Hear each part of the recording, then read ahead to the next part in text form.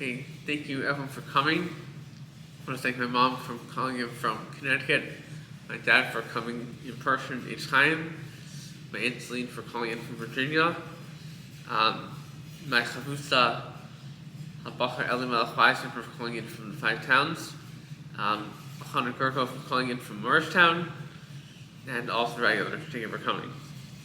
So today's Sefer of Torah is entitled Yosef haTzaddik, Living with Hashem. Yosef was one of the main protagonists of the Parsha, the past several Parshios, Vayishev, Miketz, Vayigash, and Vayechi. And consistently, over and over, if we go through the Psukim, we see that Yosef invoked the Shem Hashem, Hashem's name. Rashi the Parak Lamed Tes, Pasuk Gimel, says that Yosef haTzaddik's midah was Shem Shamayim Shagam B'Piv. The name of Hashem was regular in his mouth. He was always pronouncing Hashem's name. And that is why the Pasuk says Hashem Ito, that Hashem was with Yosef. I'd like to welcome my chavutza, Rabbi Meir, Dr. Amy Schumann, calling in from Sharon. So today, Beshem, I'd like to show some ways that Yosef lived with Hashem, with the name of Hashem, and hopefully we'll be able to derive some lessons for ourselves. This year, B'ez Hashem is Lila Nishmas, my grandmother, Rivka Petal Bas Yitzchak, who still was in Shloshim, Elias Neshama. The first section I'd like to talk about is attributing life events to Hashem. Rabbi Nissan Miller, former Rabbi Chaim, he said that when Yosef haTzaddik was pronouncing Shem Shamayim Shagam B'Piv, the name of Hashem was in his mouth, it's because he was saying phrases like Baruch Hashem, like Hashem is blessed, Be'ezer Hashem, in Hashem, God willing. I believe Yosef is saying that Hashem carries out specific actions. Rabbi Zalman left Rosh Kol in Boston, and Yaakov Brzezinski, Rebbe in Yeshivas or Yisrael Boston, say that Yosef haTzaddik's midah was recognizing Hashem as the source of all bracha, the source of all blessing. Rabbi Eliezer Markish, former Rav of Providence, says that Yosef attributed everything that happened to Hashem. Everything that happened in Yosef's life, he attributed to Hashem. And Joseph did this even after spending 12 years in a hole. He still viewed everything that happened as being from Hashem. When Yosef was going down to Mitzrayim, when he was being sold, Rashi the Parak Lamed Zayin Pasuk Chaf Hei says that Hashem indicates that Hashem, based on Rashi, that Hashem reveals himself to Yosef through what Rashi says are sweet-smelling spices. When Yosef was being sold to Mitzrayim, he was being sold in a caravan of Yishmaelim, and Rashi says usually they sell foul-smelling spices, but in this particular instance, they were selling sweet-smelling spices. Mefarshim say that Hashem was sending Yosef a message that all difficulty that Yosef endured was measured. Meaning, just like Yosef deserved to be thrown in a pit, to be sold, to be a slave, so too Yosef in this instance deserved to have sweet-smelling spices. All difficulty was exactly measured, and the good parts were not omitted. And this was a sign that Hashem showed Yosef on the way to Mitzrayim. Rav Chaim Shmulevitz comments about the sweet-smelling spices that Hashem showed Yosef his love, and that Hashem was walking hand in hand with Yosef into Mitzrayim.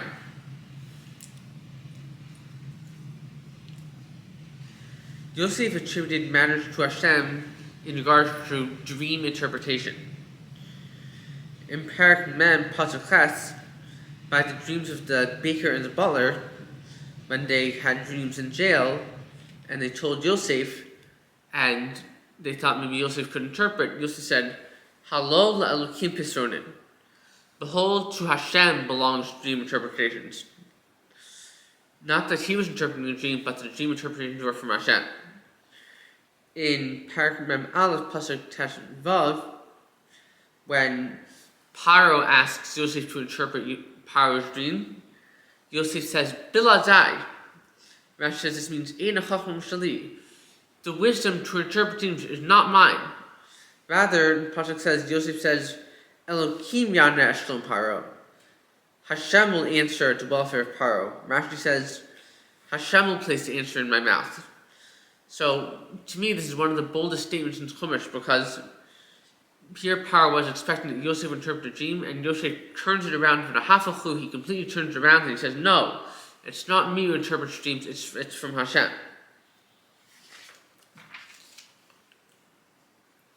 When Paro told over his two dreams to Yosef, the one of involving the 7 cows and the 7 stalks of wheat, the second dream, Parak Mem Aleph Pasuk Lamed Beis, Yosef said that the meaning of this dream is that Hashem is imminently ready to carry out the plan on Mitzrayim. So we see from this that Yosef feels that Hashem is involved in the running of the country and the food supply, that Hashem is going to carry out the plan of the years of plenty and the years of famine. Continued, Joseph says that the Chalom Asher Halukim Oseh Higid Leparo, the dream that Hashem will do, he has told to Paro. So with this statement, we find Yosef is conveying that the dream was from Hashem, and the future events will be from Hashem. The Ibn Ezra on Parak Mem Aleph Pasuk Tezayin says that Yosef tells Paro that Hashem put these dreams in your mind, so Hashem will interpret them. Hashem is the one who put these dreams in Paro's mind, therefore Hashem will interpret them. Ibn Ezra's understanding, Hashem's not going to create a problem without providing the solution in the end. In Parak Mem Hey Pasuk Tes, Yosef tells his brothers, Samani Elokim La'adol L'chol Mitzrayim. Hashem placed me, Yosef, as a master on all Mitzrayim. So we see that Yosef feels that Hashem is in charge of job placement and political prowess.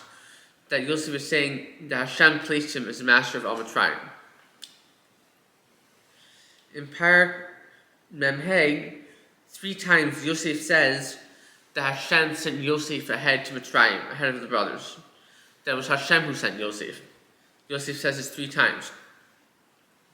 Yosef completely took his brothers out of the picture, and he attributed his being sent to Mitzrayim to Hashem. And he thought of reasons. In Pasuk K, he says, Parak Mem Hey Pasuk K, he says that Hashem sent Yosef ahead to provide food for his brothers. In Pasuk Zayin, Yosef says that Hashem sent him ahead to provide a place for his brothers to live, so they could live in Goshen. And also in Pasuk Zayin, Yosef says the reason is to allow Yaakov to move to Mitzrayim.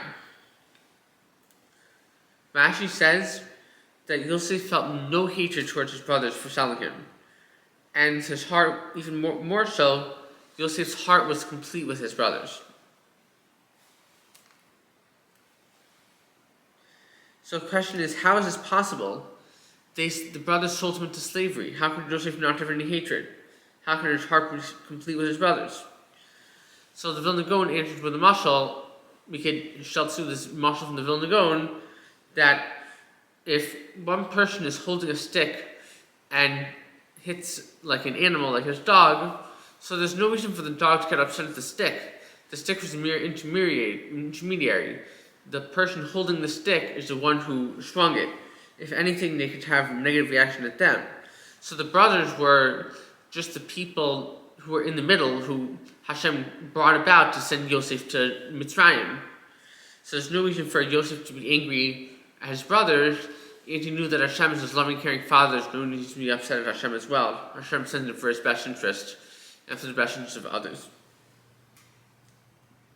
The first indication that Yosef was being whole with his brothers is that he gave them, the pasuk says, the choicest land of Ramses. And secondly, because he supported them with bread, with food. This shows that Yosef was really whole with his brothers. In fact, he gave them such good treatment. As an anecdote, those of us who should daven each time may remember However, Miller, when he used to read the announcements, he wouldn't just say, the shir will be held on Monday at 7 p.m. He would say, the shir will be held, be'ezras Hashem, God willing, on Monday at 7 p.m. Rabbi Miller worked in belief that the shir would not take place without Hashem's help. We need Hashem for the shir to take place. A week ago Sunday, my mom and I brought Hashem to discuss of going to the l'chaim of the Rosenfield family in Providence.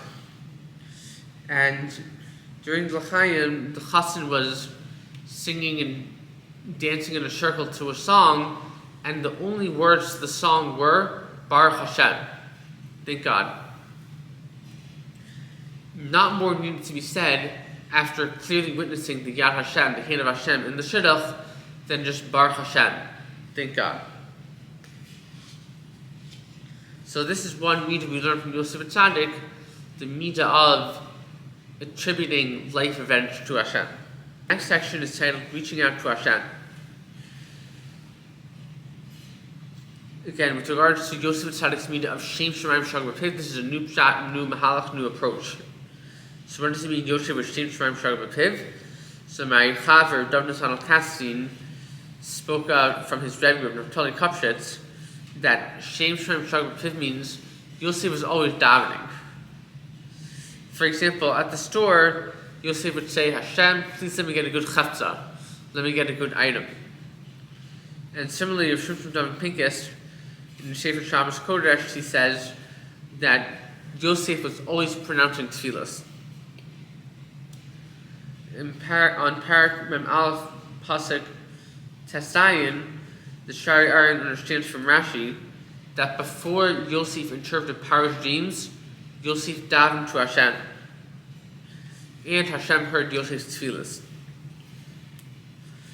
Yosef got this midah clearly from his father Yaakov, because in Parak Lamed Beis Pasuk Yud Beis, Yaakov famously davened before the interaction with Esav. He davened to Hashem, haTzaddik miad achi miad Esav, save me please from the hand of my brother, from the hand of Esav.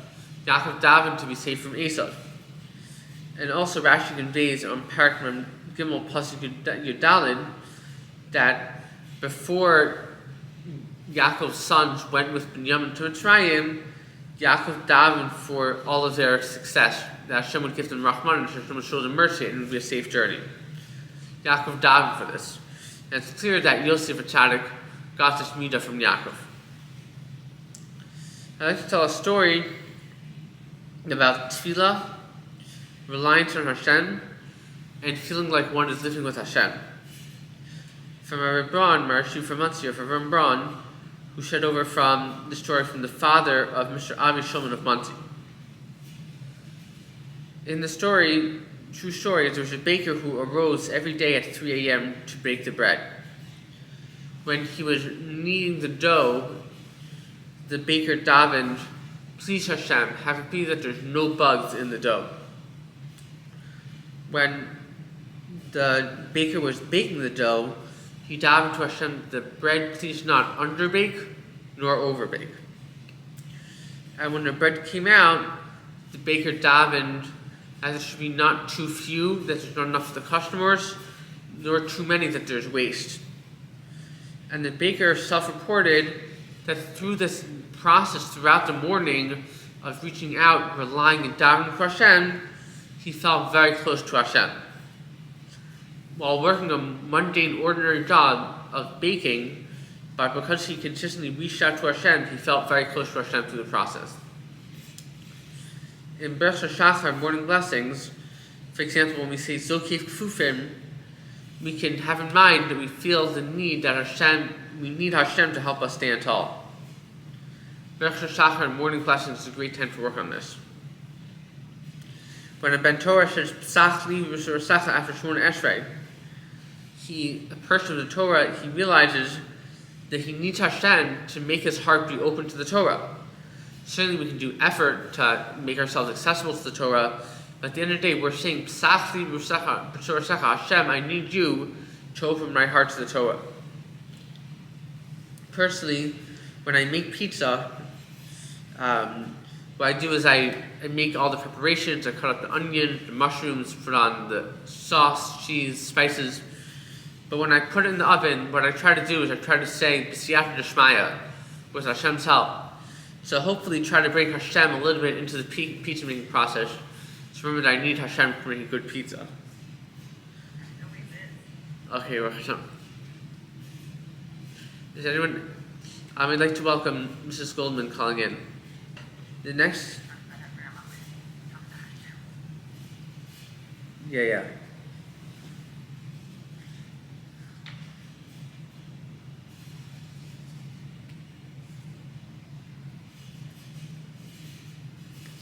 Okay.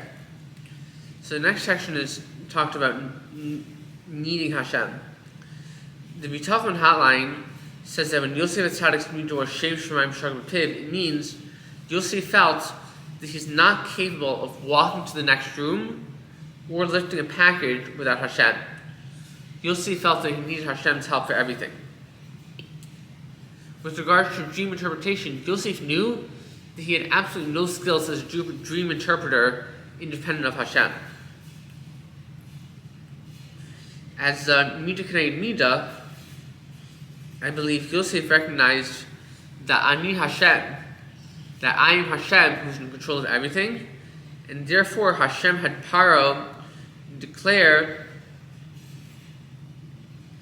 Ani Paro, I am Paro, and therefore all of Mitzrayim would have to listen to Yosef.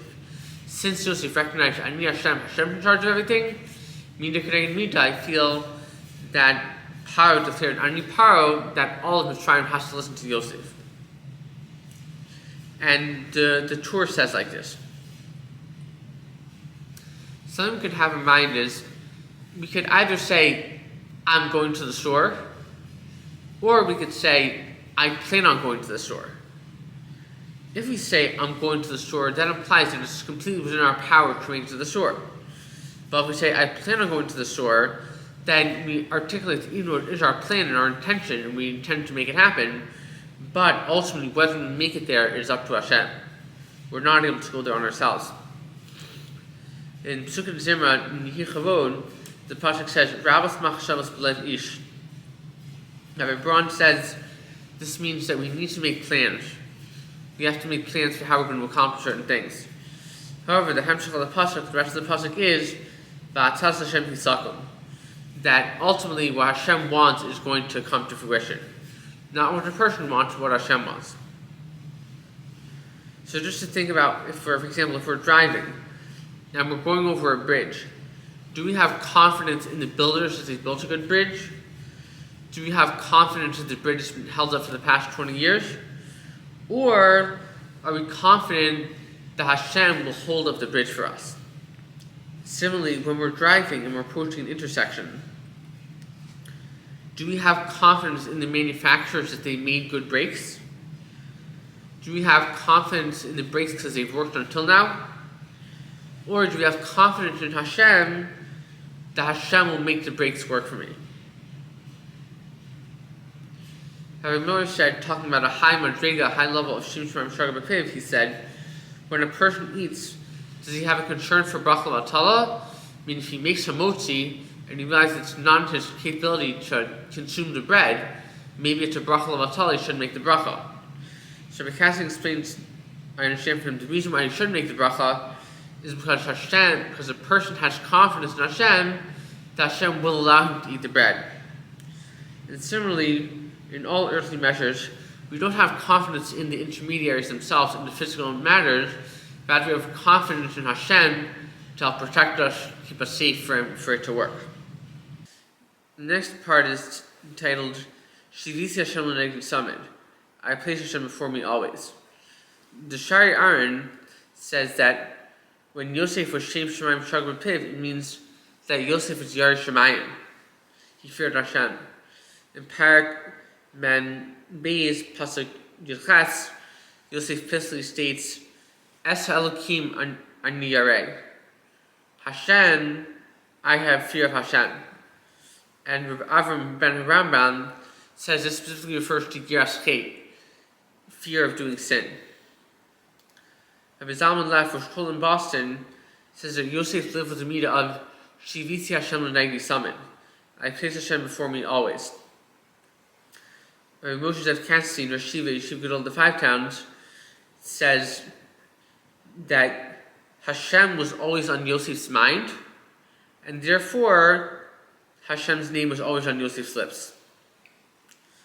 So the Nesiv Shalom says that Hashem was with Yosef because Yosef was always with Hashem. Hashem was with Yosef because Yosef was always with Hashem. The Raman or Chaim Simon Aleph says that when a person realizes that he's in the presence of Hashem, all of his actions will be different. Throughout the whole day, his actions will be different. And the Mishnah Brewer says that this really takes a lot of constant repetition of thought to ingrain that we're in the presence of Hashem.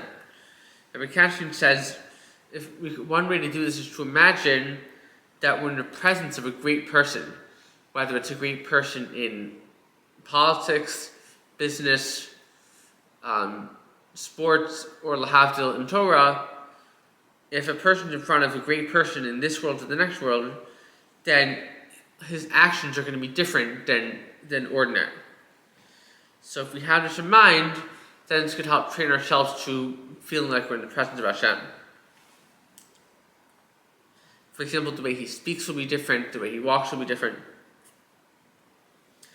Yosef haTzaddik appears that he had the midah in the Mesilas Yesharim of Yiras HaRomus, which means a certain feeling like a person is in the presence of the great Hashem, and therefore he wants all of his actions to be according to that level of being in the presence of such a great entity.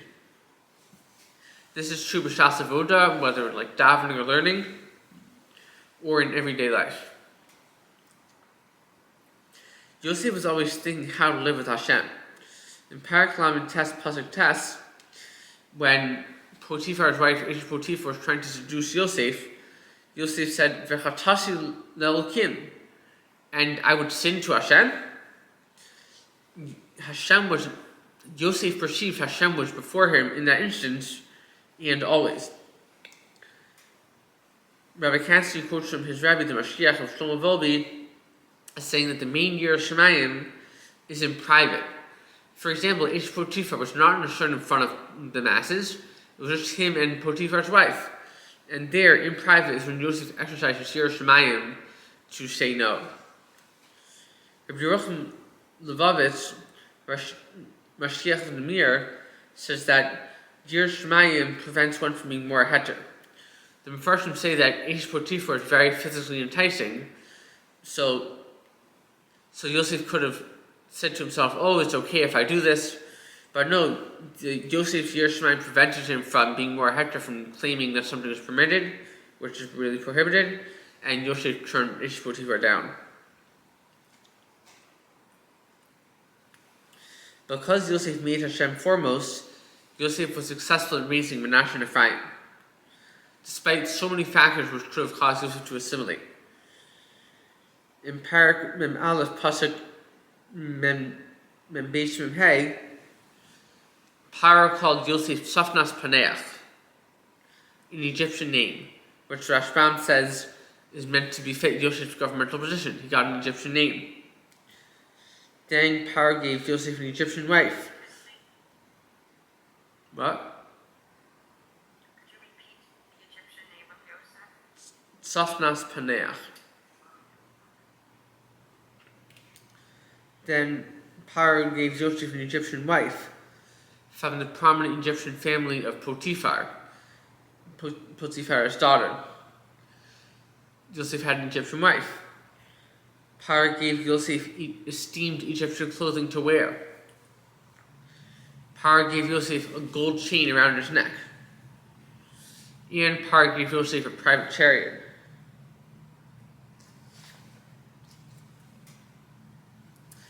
These externals could have assimilated a less connected to Hashem person. A person who was less connected to Hashem could have easily become assimilated through these means. Yet we find the opposite was true. in Parak Mem Aleph Pasuk Nun to Nun Beis, we find that Yosef, and not his wife, the Egyptian wife Osnas, Yosef named the sons, Menashe and Ephraim. And the Pasuk says that Osnas gave birth to the sons for Yosef. Yosef was the main factor in the household.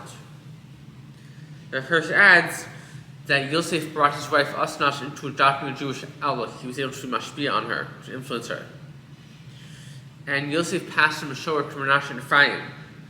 Despite them being raised in Mitzrayim to Dufei Zima, which was filled with immorality, they became proud committed Jews, and it stemmed from their father Yosef's commitment to Hashem. My chaver Habacher Eli Miller from the Five Towns quoted from Rabbi Kanstein from Rabbi Zadel Epstein that in Parak Mem Aleph Pasuk Mem Hey, Yosef, as we mentioned, is renamed Safnash Paneach, the Egyptian name. But later on in the Pasuk says that Joseph went out to Mitzrayim. So Rabbi Epstein wonders, how come the Pasuk doesn't say that Safnash Paneach went out to Mitzrayim? Why does it say that Yosef went out to Mitzrayim? And Rabbi Epstein answers that it's because Yosef himself truly identified as Yosef, his Jewish name, not as Safnash Paneach, his Egyptian name. Joseph brought all of Mitzrayim into the service of Hashem. Rashi the Parak Mem Aleph Pasuk Nun Hey says that Yosef had all of Mitzrayim get a bris milah. Rabbi Mendel Gurko, Rav Stoughton, says that for the first 30 years, Yosef basically worked on himself internally. The first 17 years with Yaakov, then the next 13 years as a slave and in the pit. He's basically working on himself. But from age 30 onward, Yosef spread the awareness of and commitment to Hashem. And having everyone do a bris milah was one example of this. Rabbi Kanstein says there's two prerequisites to helping other people's ruchnius, other people's spirituality. One is the desire to increase kavod shemayim. A person has to want to increase the glory of Hashem in order to help other people's spirituality. And two, he needs to have love for the other person. He needs to have that sense of Avos Yisrael, love for other people. And my grandfather, Mr. Harold Brandon's yurtzeit was earlier this week, or was late last week, and this was one of my grandfather's meetings, was love for all of his people and trying to help them feel better about themselves. Rashi to this week's parsha, Shmos Parak Aleph Pasuk Hey, says that Yosef remained the same person when he was pasturing Yaakov's flock, his father's flock, and when he was the second in command when he came into Mitzrayim. Yosef kept Hashem at the forefront in all life circumstances. So this is something we can learn from Yosef, is this aspect of Yir Shemayim, living with Hashem, perceiving being in the presence of Hashem, not doing sins because Hashem is with him, and overcoming all nisyonos, all challenges in terms of more heter, doing the right thing. So now that we've established that Yosef had this midah of Shvisi Hashem Neged Samid, I place Hashem before me always, the question is, how can we fulfill this midah? So the Be'er Halacha in Or Chaim Siman Aleph says we can do it by fulfilling the Sheish Mitzvahs Tamidiyos one at a time. The Sheish Mitzvahs Tamidiyos are 6 mitzvahs that can be done by any person, man or woman, any time, day or night, and without a book or object. No sefer, no siddur, and no chatzor mitzvah, no like lulav or shofar. These mitzvahs are fulfilled just by thinking about them. The Sefer HaChinuch says that these mitzvahs include the belief in one all-capable God, Hashem who's kol yachal, who can do anything, the belief that Hashem is directly involved in the world, and loving Hashem. For example, we think about the beautiful world, like our beer Rosh Kol in Boston says, Kol Hashem b'hadar, Hashem, we can see him through nature. Or we can think about the gift of the Torah, like my grandmother said, that the Torah is a wonderful book. My grandmother, in the last 2 months of her life, when she was in a facility, she sat up in her chair and she asked me, she said, "What mitzvah can I do? What mitzvah can I do from here in the facility?" And the truth is, the Sheish Mitzvahs Tamidiyos, the 6 constant mitzvahs, can be performed by any sound-minded person just through thinking, in any place, wherever they are, without an article.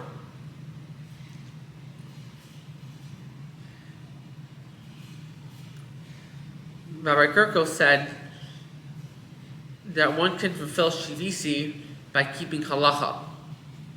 One can place Hashem before him always by living within the prisons of Jewish law. Like the Gemara in Brachas, Daf Chesed and Aleph says, "Ein lo lakadosh baruch hu ba'olamo eladanu amashal halacha b'lvad." Hashem only has in this world that is within his 4 walls of halacha, the four amos, the 4 measures of halacha, of Jewish law. Rabbi Gerko says by keeping halacha, one is in sync with Hashem at all times.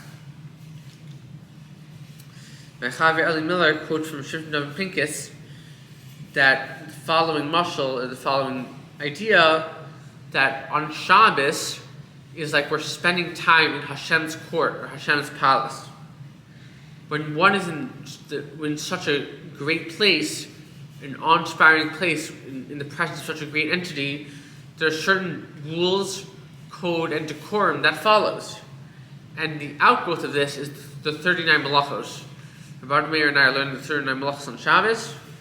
So the 39 malachos are an outgrowth of being in the presence of such a great entity of Hashem in Hashem's palace on Shabbos.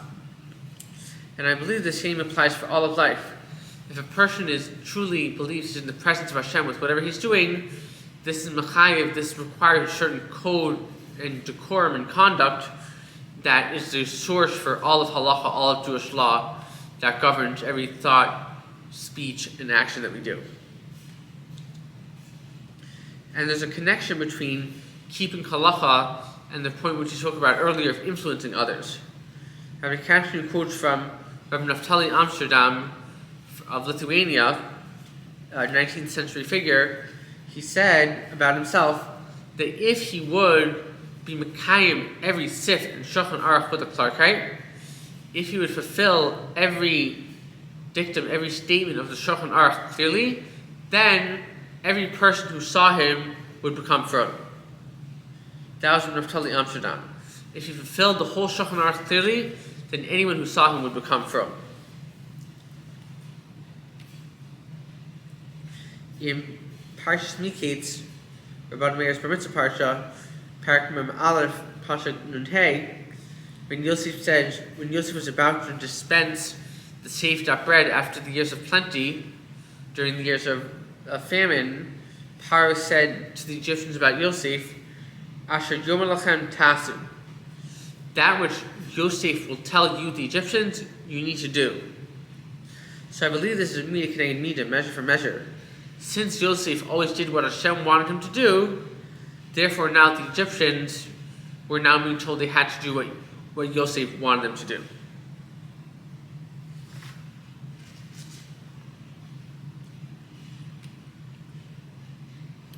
Rabbi Baruch Kalamer, my Rebbe from Muncie, said he made a connection between relying on Hashem, which we were speaking about earlier, and service of Hashem, which we're speaking about now. My mother quoted from my grandmother during her last year of life that she said, I thank Hashem every day for my cane. My grandmother recognized that her cane came from Hashem. Rabbi Kalamer said, with this realization that her cane came from Hashem, it must be that my grandmother used her cane for avodas Hashem, for service of Hashem. For example, when my grandmother would walk over to her chair to listen to a sip of Torah and other shiur, she used her cane for that service of Hashem. So to tie back to the Ramah's principle, when a person who lives with Shivisi, I place Hashem before we always eats lunch, it's a different lunch. He makes sure to eat he makes sure to eat kosher foods.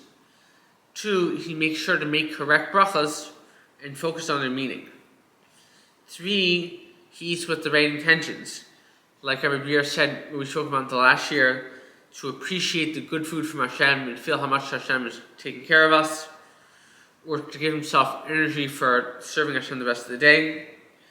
This is the lunch of someone who lives with Shivisi. It's a different lunch than someone who just goes about his day eating an ordinary lunch. The person with Shivisi eats lunch with Hashem before him, and it's a different caliber of lunch.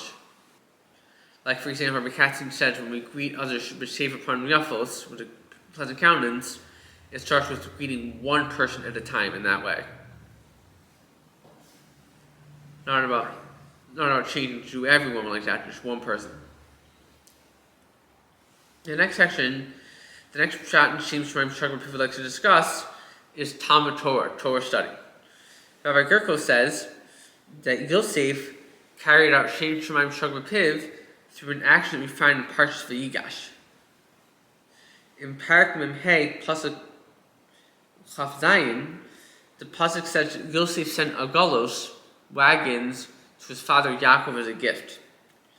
Rashi says this is a remembrance for the last Torah topic learned 22 years ago that Yaakov and Yosef learned the Eglah Rufa.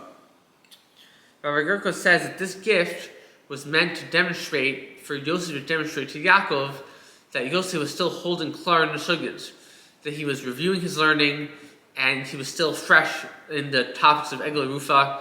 He could engage in a conversation about this topic right now, and he was still remembered his learning well.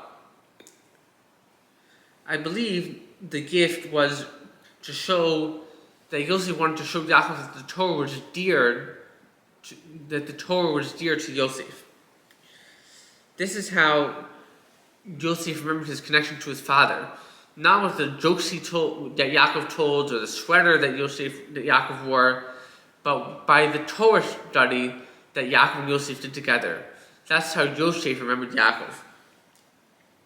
And because the Torah is dear to Yosef, that's why Yosef is still holding clearly in the sugyas, in the topics. The Brisker Rav says a shot on what we were speaking earlier about Yosef being sold to Egypt with sweet-smelling spices, Parak Lamed Zayin Pasuk Chaf Hey. The Brisker Rav has a different shot. He says the purpose of the sweet-smelling spices is to allow Yosef to continue learning. If there would be a foul odor, Joseph would be unable to learn. But now that there was a nice smell, Joseph was halachically able to learn. Similarly, I think we say a similar shot based on Joseph rediscovering a lost self from the last year, that Hashem wanted Joseph to be in a better mood, so that the Torah would go in better if he was learning, if he had a nice smell. The Bishkop is more going with Isha V'Heter, that's also to learn with a bad smell. My new shot from rediscovering is saying that he could have learned all along, just it'll put him in a better mood to have sweet smelling spices. But either way, these two chapters are saying that Hashem gave Yosef the sweet smelling spices so that Yosef could learn on the journey. Yosef haTzaddik was learning under all circumstances, whether he was by Yaakov, on the way to Mitzrayim, being sold as a slave, or second in command. So, as you mentioned, Yosef was the second in command in Mitzrayim. Now, thought came to mind, another tzaddik was raised to prominence by the government in Tanakh, that being Mordechai haTzaddik.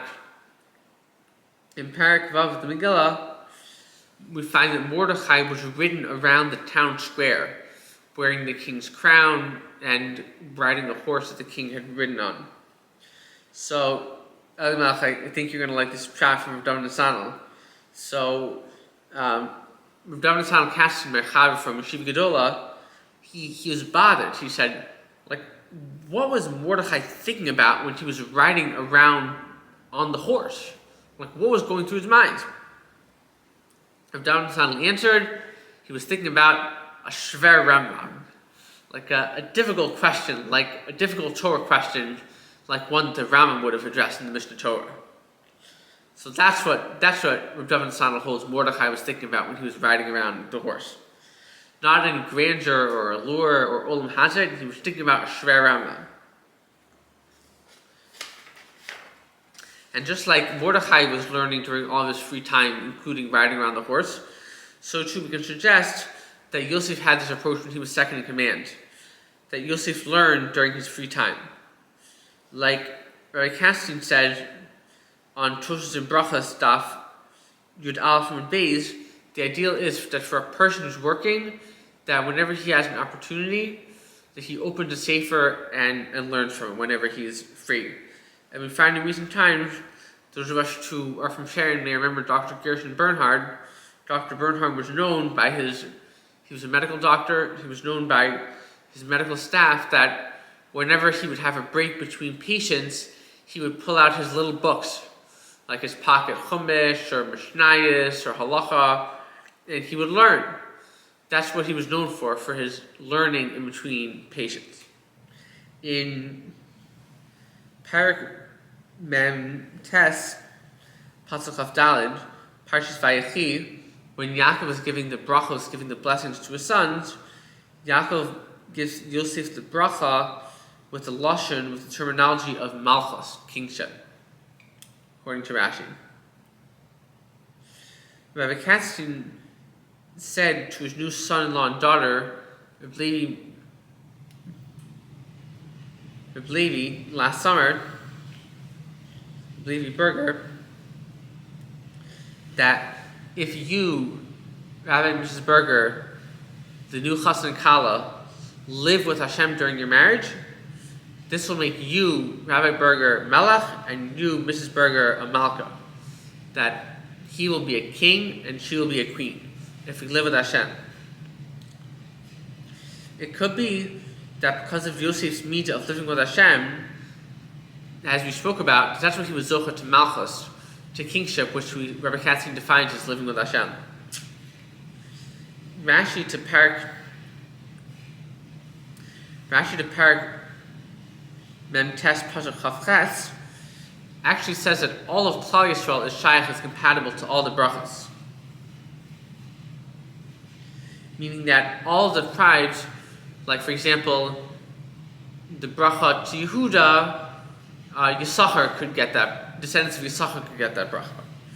So even if we may not be biological descendants of Yosef, but we're all able to draw from Yosef's bracha of malchus, of living with Hashem.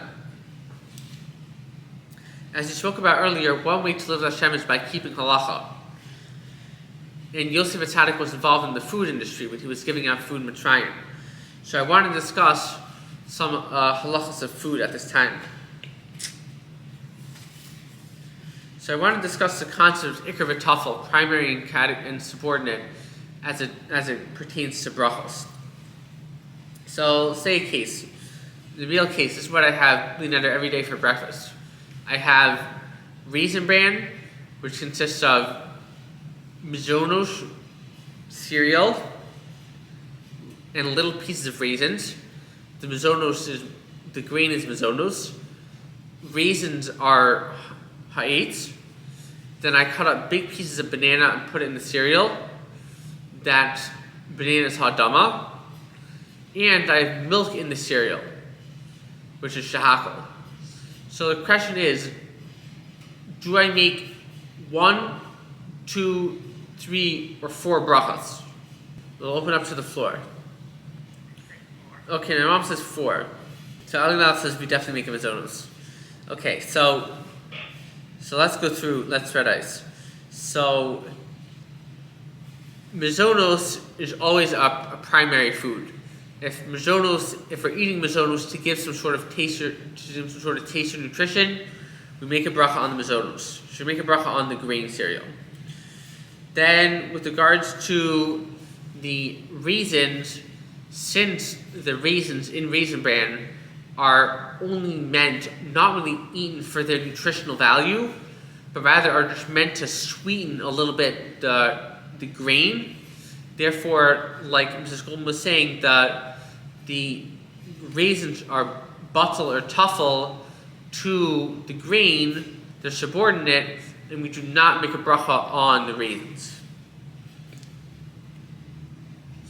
Then with regards to the banana, in my case, the banana is large pieces, and the way Rabbi Miller outlined it to me is that since I would have eaten the banana separately away from the cereal, so the fact that I put it into the cereal, I truly want the nutritional value of the banana, then I would make a bracha on the banana ha'adama.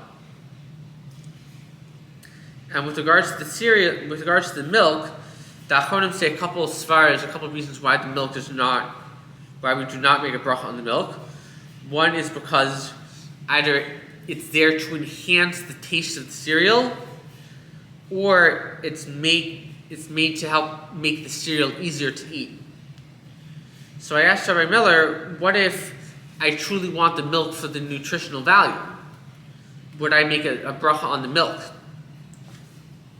So Rabbi Miller answered that if I really wanted to just drink the milk, then I would have been okay to just pour the milk in a separate cup and drink the cup of milk. The fact that I specifically put the milk in the cereal shows that I put it there in order to make the cereal easier to eat. And therefore, the milk becomes subordinate and becomes tafel to the cereal, and I do not make a bracha on the milk. And with regards to bracha achronin, the after bracha, so if you eat a kazayas, which is a good nice few bites of the grain to make a mazonos, and if in my case, if I would eat a kazayas of the banana, I would make a brain of fashos on the banana. Just to tie back to Yosef a little bit, Rabbi Vitters, one of my Rebbeim from Munch, Rabbi Yared Vitters, he said, "Dvar chizuk," something that should give us strength. That Yosef haTzaddik, the way I understand him, Yosef haTzaddik achieved Shem Shemaim Shagam B'Piv not by sitting in a reclining chair on the beach with a nice sunset with a drink, and he contemplated about Hashem. No, Yosef haTzaddik achieved Shem Shemaim Shagam B'Piv after the first 17 years learning with Yaakov, when he was going through all the nisyonos, when he was being thrown in a pit, when he was being sold as a slave, when he was working as a slave, when he was libeled, slandered by Ishish Potiphar, when he was in a pit, when he was in the decadent society of Mitzrayim. During those hard times, that's when Yosef dug down deep inside of himself, reached out to Hashem, lived with Hashem, and he became the great person we know as Yosef haTzaddik. I want to sing a song from Ephraim Waxman, Rashiva of Me'or Yitzchak in Monsey, that he wrote titled, "I Believe in Hashem." And I just want us to maybe picture Yosef maybe singing the song to himself on the way to Mitzrayim when he was being sold in with the caravan of Ishmaelim. The song goes as follows, and if anyone wants the link, I can send you the link to the song. I believe in Hashem, I trust in Hashem, there never is a moment when I'm on my own and I'm all alone. I believe and I trust in Hashem, and I understand that He's holding my hand and every step is perfectly planned. He's holding me tight, so I'll be alright. I believe and I trust in Hashem. May we be zocheh to live with Hashem in all the forms we discussed. So may we be zocheh to live with Hashem in all the forms we discussed of attributing life events to Hashem, davening and reaching out to Hashem, feeling like we need Hashem, living like we're in the presence of Hashem, learning Torah, and bringing other people into the service of Hashem. May our avodah be a zchus for us, our families, our community, and all of Klal Yisrael, especially for the Indian Eretz Yisrael. A good thing.